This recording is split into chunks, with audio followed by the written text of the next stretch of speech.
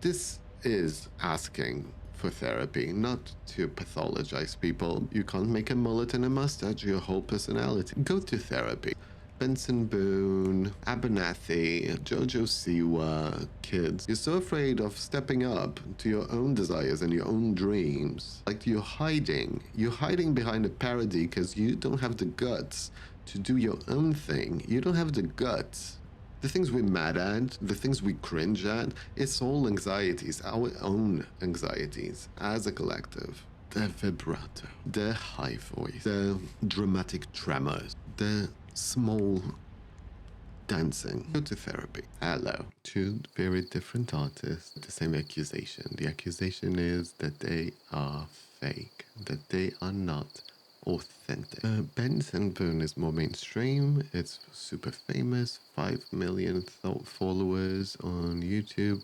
And Brendan Abernathy, it's more of a meme of the week kind of situation. Hopefully he is on his way up. Very well known for his tiptoe.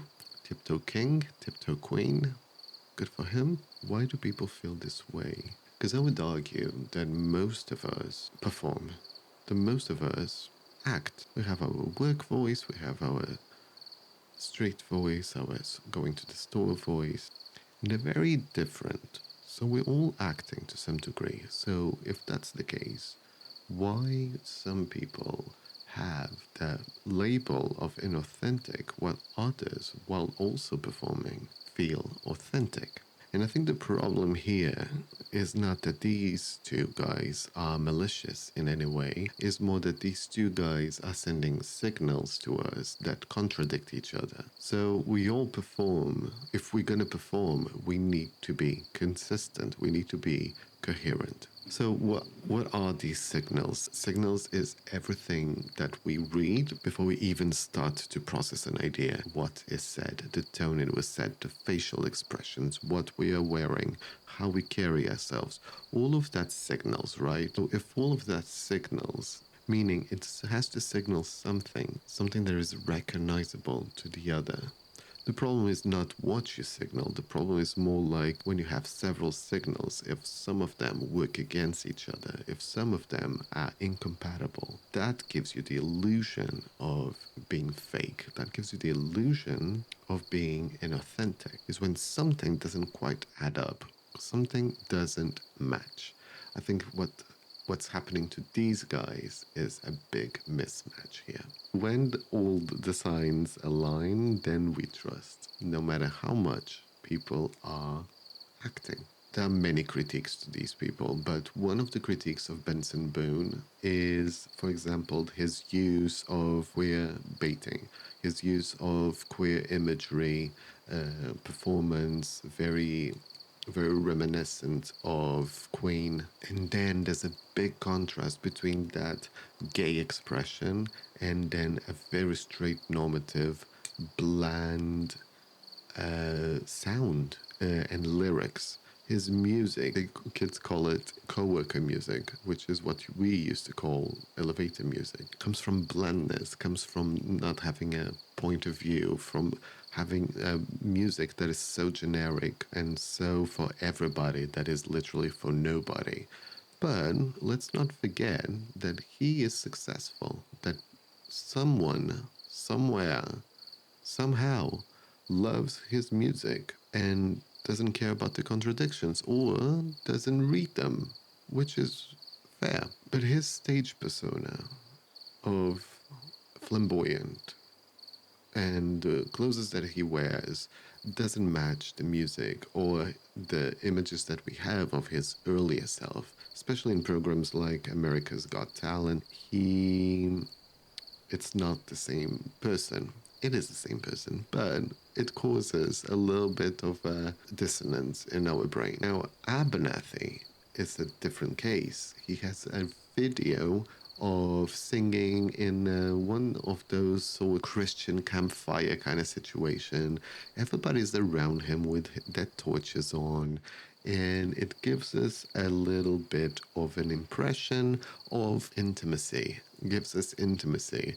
But then his performance is not very intimate. It goes into very quiet to very grand, like he's in a stage. There's some acting there where he's acting like he's out of control, like he's feeling the lyrics so much that he can barely, but he's still performing because he switches super fast. Again, nothing wrong with performing and nothing wrong with acting. The problem is it's incoherent.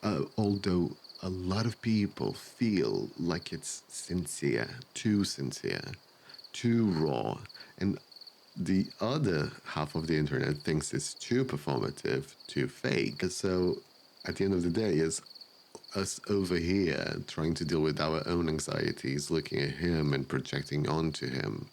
Some of us are afraid of sincerity. Some of us are afraid of acting way too much and being caught. Abernathy, the signals also don't match. He has there's that campfire vibe. Everything is filmed on the phone. It's supposed to be raw, but then the caption says you can pre-order the song or whatever. So it feels corporate. It feels planted. It feels weird. It doesn't match. So people get mad. But it's enough to say that you shouldn't hate a stranger. You shouldn't hate a stranger. It shouldn't be difficult. It shouldn't be possible for you to hate a stranger.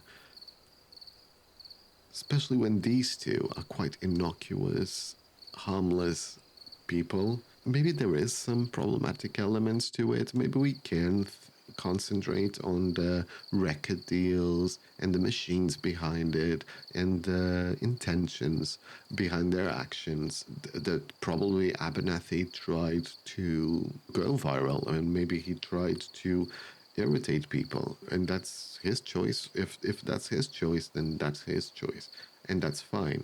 But I still can't consider these guys to be anything malicious. It feels more like when we get super angry at them that we're projecting. It feels like we're projecting our own insecurities, because the biggest anxiety of this generation seems to be sincerity, seems to be being afraid of caring for something.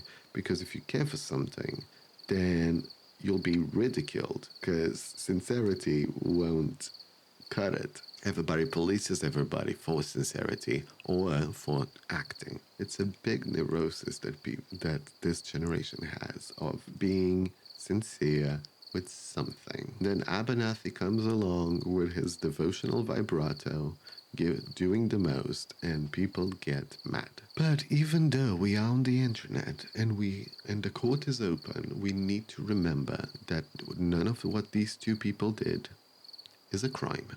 It's not a crime to be incoherent, and it's not a crime to search for yourself. These guys also, I'm assuming, I don't know how old Abernathy is, but I know Benson Boone is like 21. He's a kid. Why are we hoping that he's already figured out? The same goes for that Jojo Siwa girl.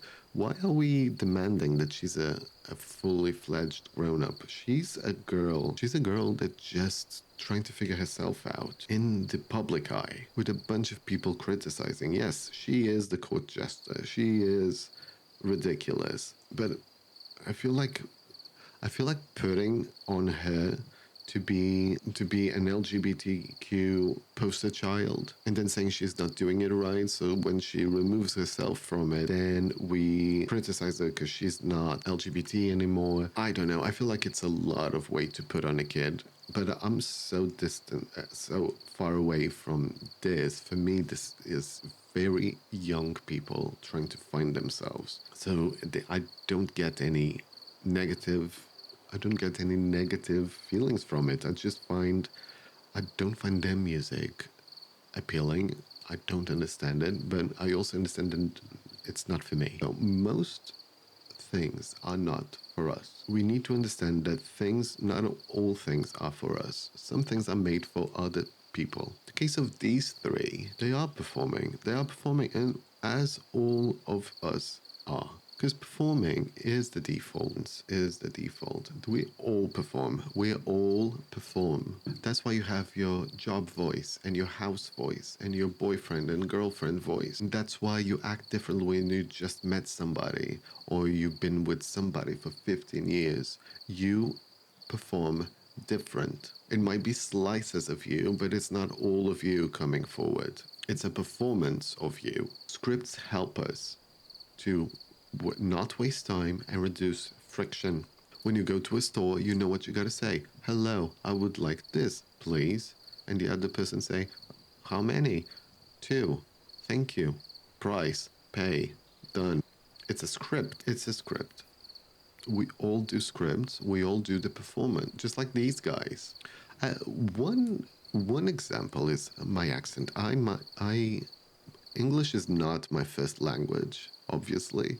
So, but I learned English many years ago, probably 20 years ago. Oh my God, more. Probably 30 years ago. And to some degree, not to some degree, completely, when I am talking English, it's not my natural language. It's not the language that I got raised in. So when I speak English, in a way, I am acting. I am performing. Because these words and these sentences and structures and ways of saying things and ways of thinking are not natural to me. For example, but I can be consistent, I can be coherent and still sound authentic because I think in English, for example, because I try to be present with the language. And in my mind, I'm still English. So there's a connection between what's in and what's out. So when people perceive me, yes, they hear an accent because I'm incapable of being more English than this, but they perceive me as real, as authentic. But the signal has to be consistent. So when I'm tired, my accent starts to be more thick. I speak a little bit more like this. And that is me being coherent still because I'm tired and I can't have the energy to articulate as well. But when I'm rested, I'm more present, so I can signal that I'm really here. And I can signal that my words come off more articulate. I can't say articulately.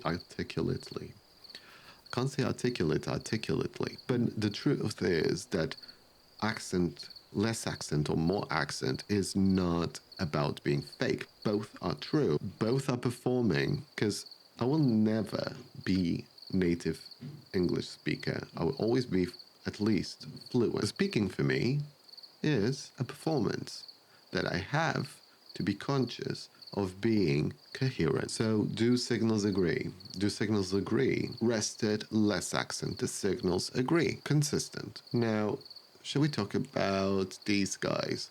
Benson Boone, Abernathy, Jojo Siwa, kids. They're fine. They're doing their best, I feel. I hope. Hello. So, Benson Boone, the hatred for him has been so much. I've seen comments of people saying, I don't know why I hate him, but it feels right. I don't know why I hate a person, but it feels right. This is asking for therapy, not to pathologize people. Go to therapy. Go to therapy. You shouldn't hate a stranger. You shouldn't hate some guy.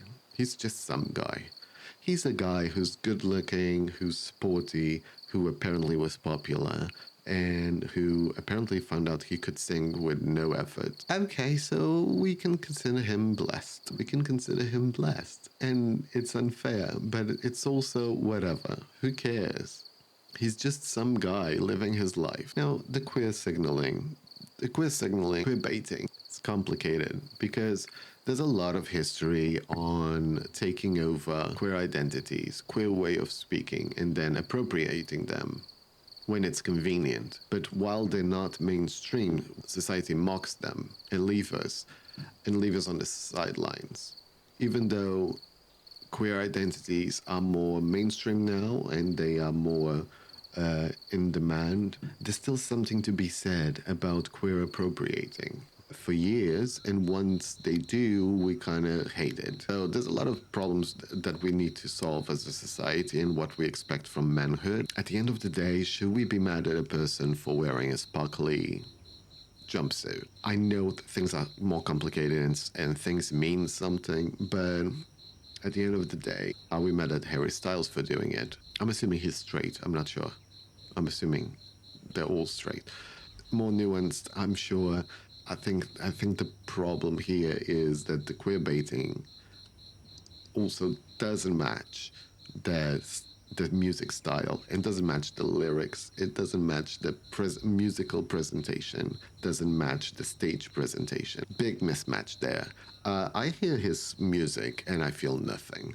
I hear his music and I don't want to dance to it. I don't want to hum it. I don't want to sing it. It's not for me. I get it, but I it's not for me. It's just I don't understand for who that is, who is listening to that album.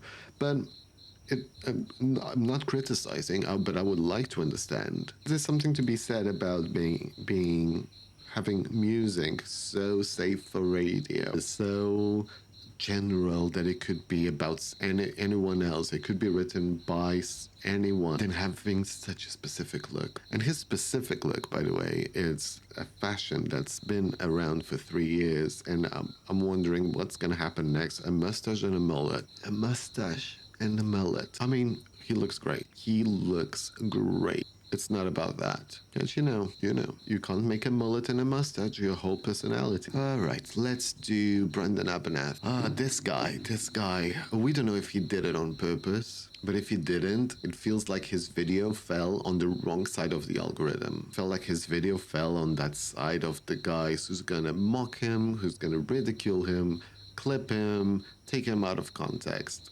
Or it was exactly what he wanted. In that case, good luck, good for you, Brandon. But what we're claiming is the vibrato, the high voice, the dramatic tremors, the small dancing, the physical expression does not make sense. Physical expression, from an artistic point of view, is not coherent for those of us who are listening and here are listening and looking at it. We see a campfire, intimate, with lights, which is a group, what seems to be a group of friends. But then he's performing like he's in a stadium. I guess you could be super emotional when singing a song, an intimate song, but it would have to be different. It feels a bit amateurish.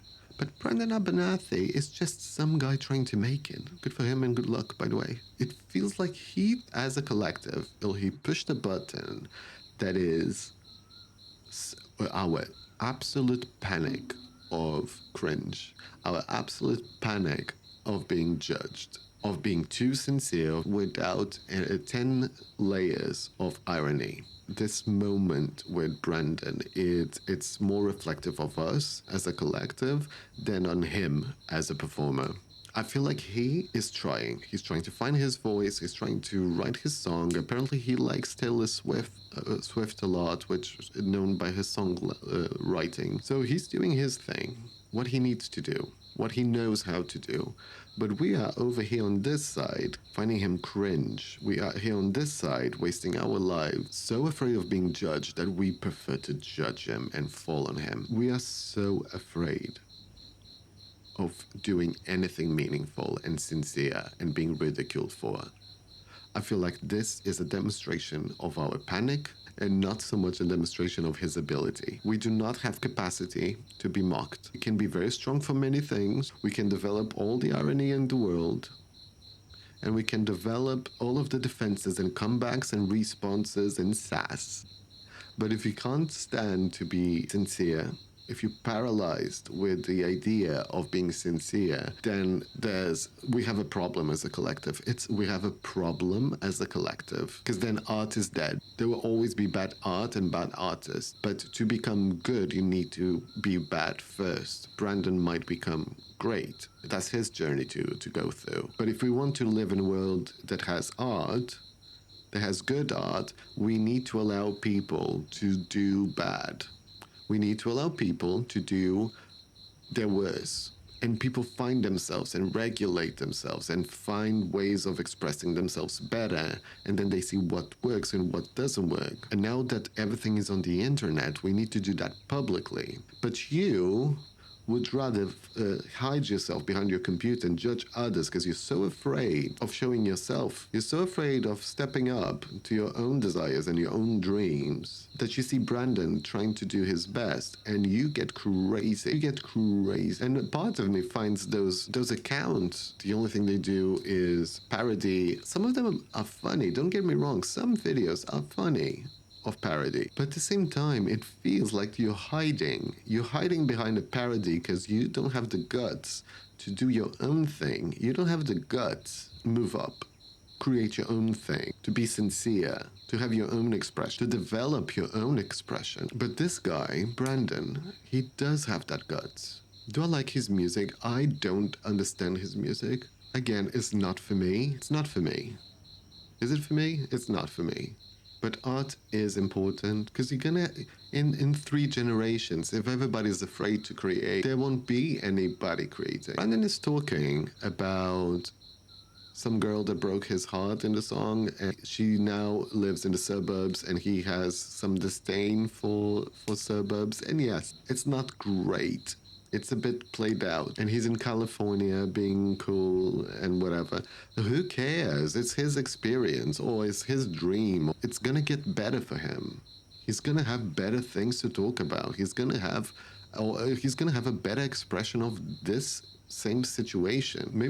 And the song is not that bad. I wouldn't listen to it, but it's not that bad. It's just a song from some guy. Best of luck to him.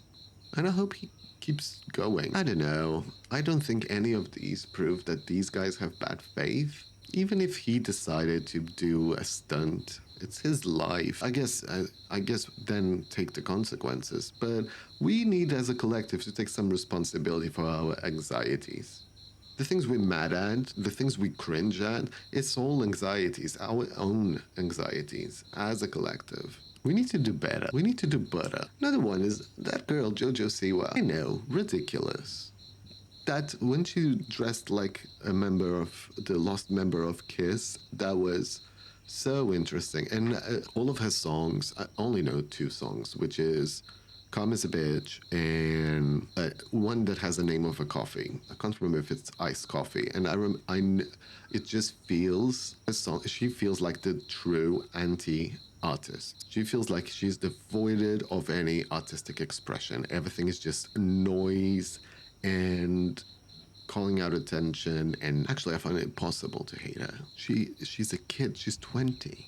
Who knows who told her to sing those songs and to wear those ridiculous things? Understand that whoever's in charge of her, even if it's herself, rage bait is a thing. But we need to understand that even if they do for rage bait, we are the ones raging. If we are raging, what does that say about us? If we are raging against a 20-year-old, what are we saying about ourselves? Because if no one reacted to Karma's a Bitch, would it even be a thing? Would it even exist? Would she try to do better? No, she has that other Bette Davis eyes where she now has a trad wife look and everybody's mad that she's not gay anymore. I don't know, did she ask for... Oh, I guess she said she was gay. She invented gay music. I still can't be mad at her. She's just a kid. She invented gay. She invented gay. I don't know, to hold a 20-year-old to a high standard like she's a seasoned artist is too much. It's too much. And I don't know if she's a good person or a bad person, but we need to lay off. Let her be. Why don't we not engage, really? Seems like something's weird over there. The changes are too abrupt and nothing there makes sense. And the iced coffee song, it's a Sabrina Carpenter espresso knockoff, and it's so devoid of any inspiration. It barely has melody or rhythm. It's just so bad. Understand why would someone go out of the way to send her a hateful message? Maybe one day she'll like art and she'll want to express herself instead of just being a clown. Or maybe she's a clown, but we need to lay off. We need to understand when we're acting out of our own insecurities, out of our own anxieties. It's not that these guys are so evil, they provoke an emotion in us. It's that we let ourselves be provoked by them. Take the responsibility for what you feel. These guys are just living their lives. And some of them might be taking advantage of you, of how weak you are in controlling yourself, and how weak you are fighting with your keyboard, giving them clicks. You're perpetuating bad art. You're perpetuating bad art. You're the one, not them. If nobody bought it, they wouldn't have it. They wouldn't do it. Now, another thing I would like to move on. There are artists that are so performative and so theatrical, and still people like them. And how does that work? Why are people theatrical and people don't care? And I think two good examples is Dolly Parton and Lady Gaga. Dolly Parton, a nice woman that has a fake wig and spa. She will tell you how fake everything is. Everything with a sense of humor. Her songs are sincere. Her songs are vulnerable, but it doesn't go against her looks that's exuberant. It's a contrast, and contrast is different from incoherence. And we need to understand the difference between contrast, which is Dolly Parton's big breasts, big head, big makeup, and then sincere songs that are pointed and small and talking about personal issues that unite us all. She's a symbol of womanhood. She is drag. She's in drag. And she does woman. She does womanhood. As of Lady Gaga is also in drag, but her drag persona is fame. She impersonates fame. She gives fame a body and a face and a theme and songs. Her songs might be about Alejandro, but there's still a layer, a coat of the theme of fame behind it. She's